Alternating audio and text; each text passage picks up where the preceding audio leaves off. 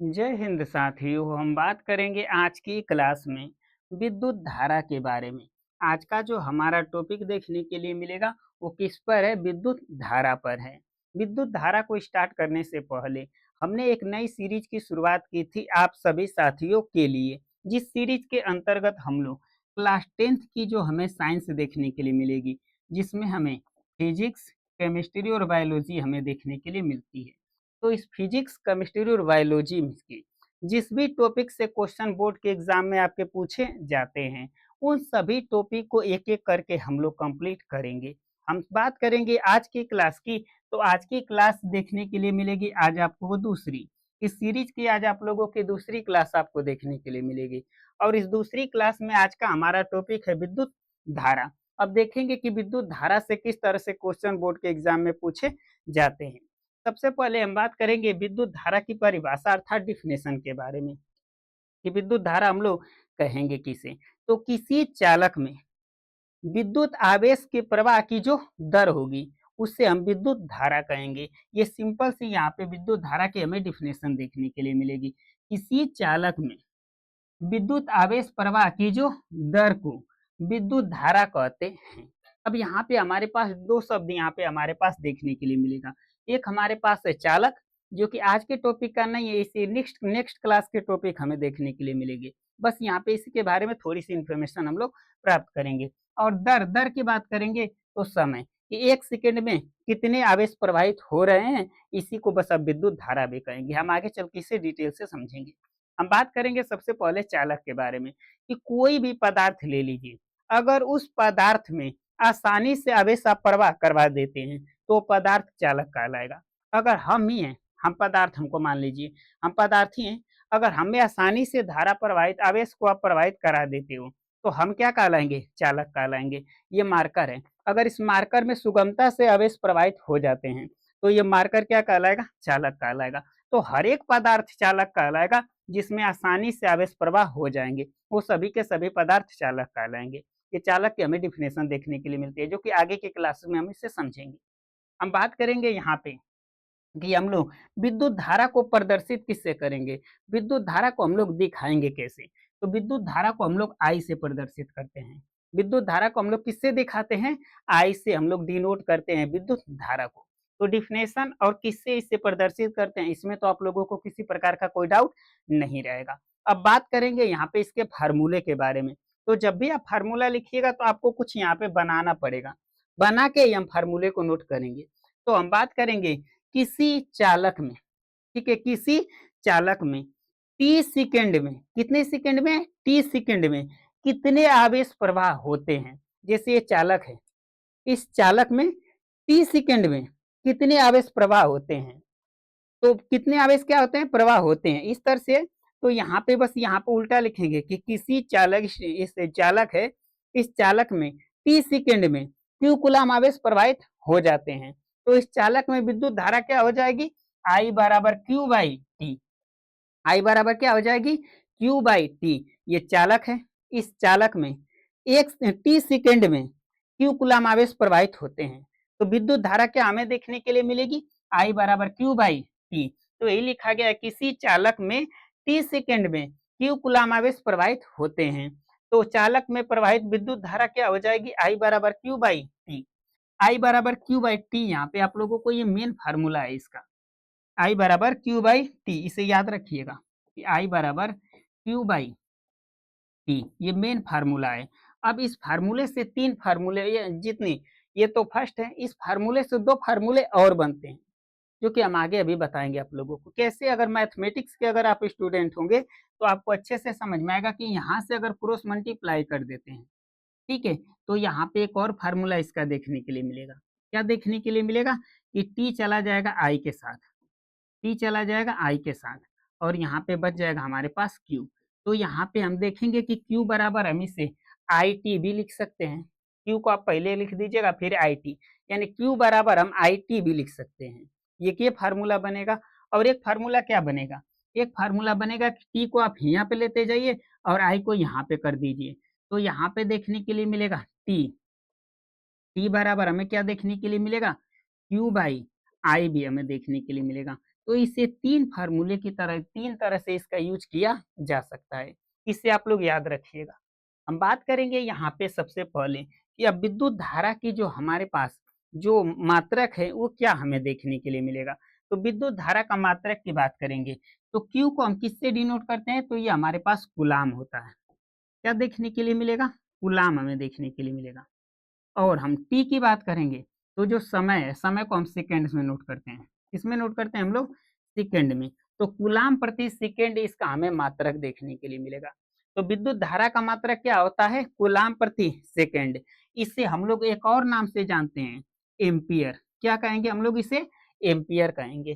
तो ये नोट किया गया कि विद्युत धारा का जो मात्रक होता है कूलाम प्रति सेकेंड अथवा एम्पियर होता है, ये विद्युत धारा का मात्रक होता है। याद रखिएगा, इससे भी क्वेश्चन आपके बोर्ड के एग्जाम में पूछा जा चुका है। इससे भी आपके बोर्ड के एग्जाम में क्वेश्चन पूछा जा चुका है और इस डिफिनेशन से भी क्वेश्चन आपके बोर्ड के एग्जाम में पूछे जा चुके हैं। अभी आप लोगों को हम वहां पे दिखाएंगे। तो आई होप, आशा करेंगे कि इसमें आप लोगों को किसी प्रकार का कोई डाउट नहीं होगा। अब यहाँ पे हम बात करेंगे यहाँ पे, ठीक है, कि जो इसका मात्रक है, ठीक है, जो एम्पियर जो इसका मात्रक है वो किसके नाम पर लिया गया है, इससे भी क्वेश्चन कभी कभी पूछा गया है। तो हम बात करेंगे कि जो इसका मात्रक एम्पियर है वो लिया गया है आंद्रे मेरी एम्पियर के नाम पर। जो एम्पियर, जो हमारे पास विद्युत धारा का जो मात्रक एम्पियर है वो किसके नाम पर रखा गया है, तो आंद्रे मेरी एम्पियर के नाम पे इसे रखा गया है। और आंद्रे जो मेरी एम्पियर है वो कहाँ के वैज्ञानिक थे, वो फ्रांसीसी वैज्ञानिक थे। तो आंद्रे मेरी एम्पियर के नाम पे एम्पियर रखा गया है उसका मात्रक।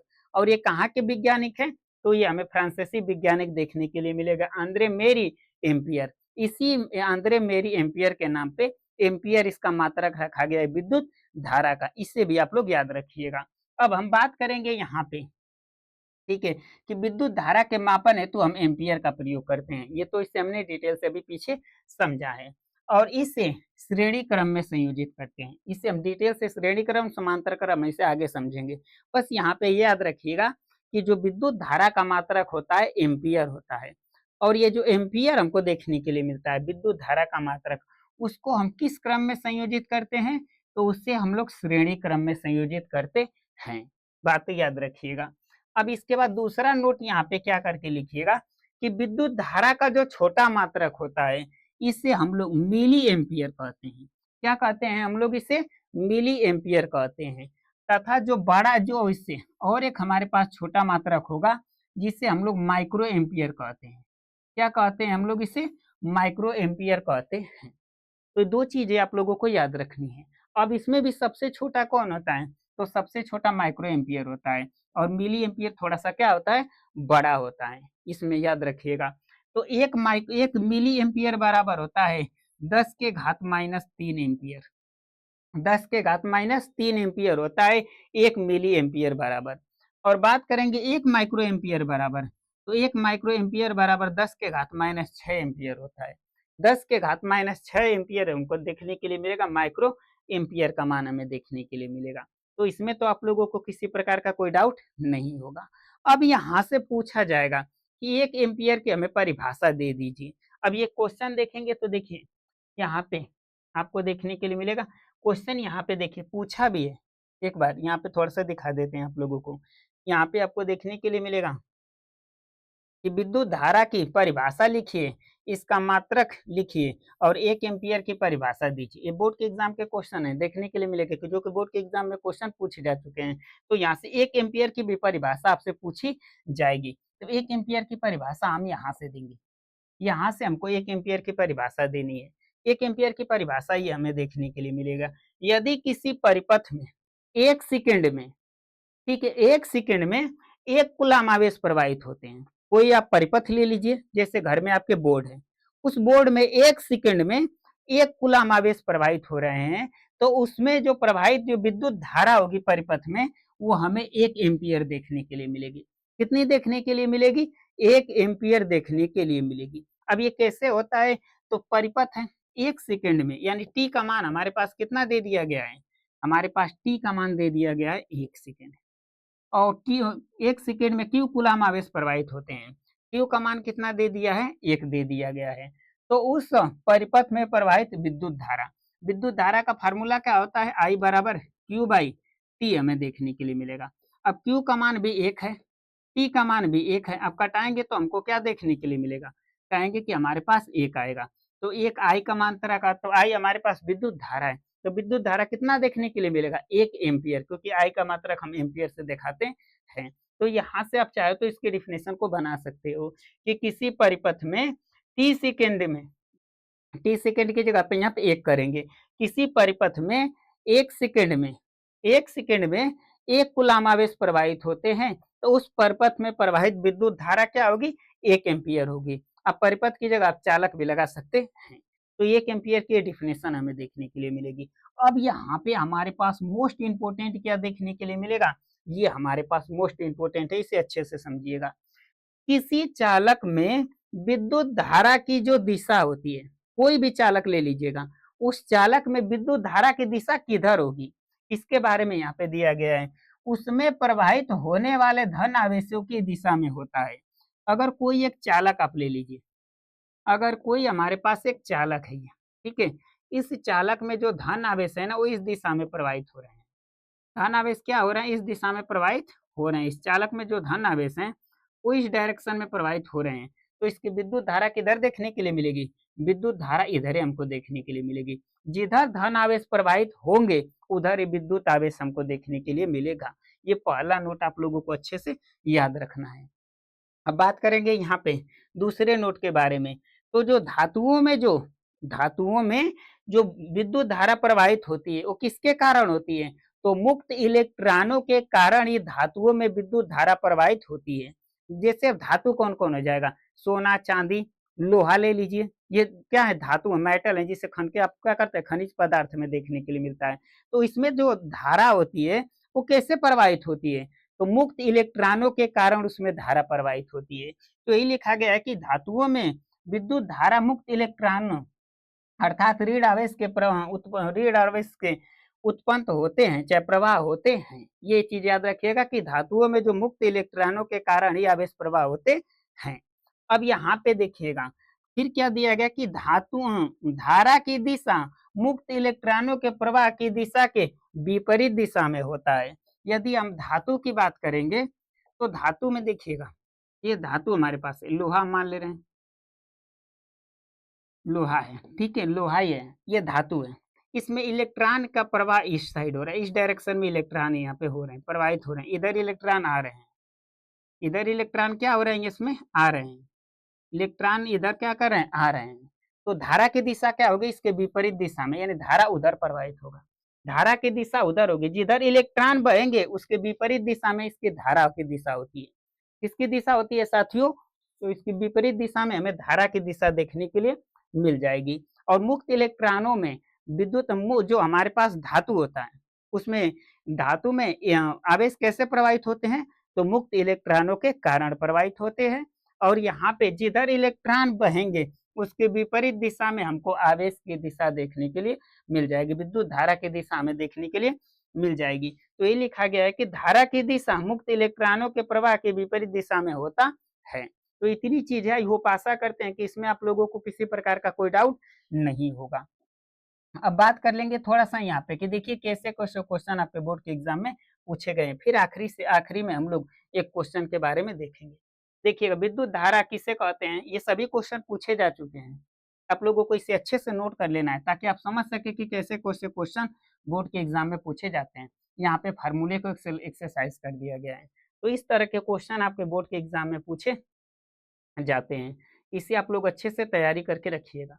देख लीजिए किस तरह से क्वेश्चन अब तक बोर्ड के एग्जाम में आपके पूछे गए हैं। ये सभी के सभी बोर्ड एग्जाम के क्वेश्चन है जो कि अब तक इस चीज विद्युत धारा से क्वेश्चन पूछे गए हैं आपके बोर्ड के एग्जाम में। जब से ये बोर्ड हम लोगों का जो क्लास 10th का बना है तब से इतने क्वेश्चन अब तक इस बोर्ड के एग्जाम में पूछे गए हैं। इसी क्वेश्चन को बार बार रिपीट किया गया है।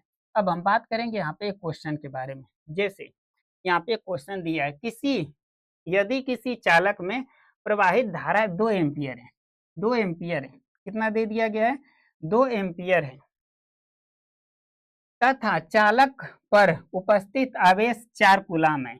तो आवेश प्रवाह की प्रवाह का हमें समय हमसे पूछा है कि समय ज्ञात कीजिए, ये हमसे क्वेश्चन पूछा है।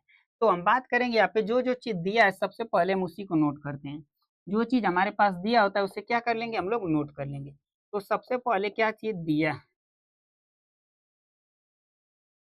हमारे पास दिया है, क्या क्या हमारे पास दे दिया गया है। तो हमारे पास दे दिया गया है धारा, यानी विद्युत धारा हमारे पास दे दिया गया है।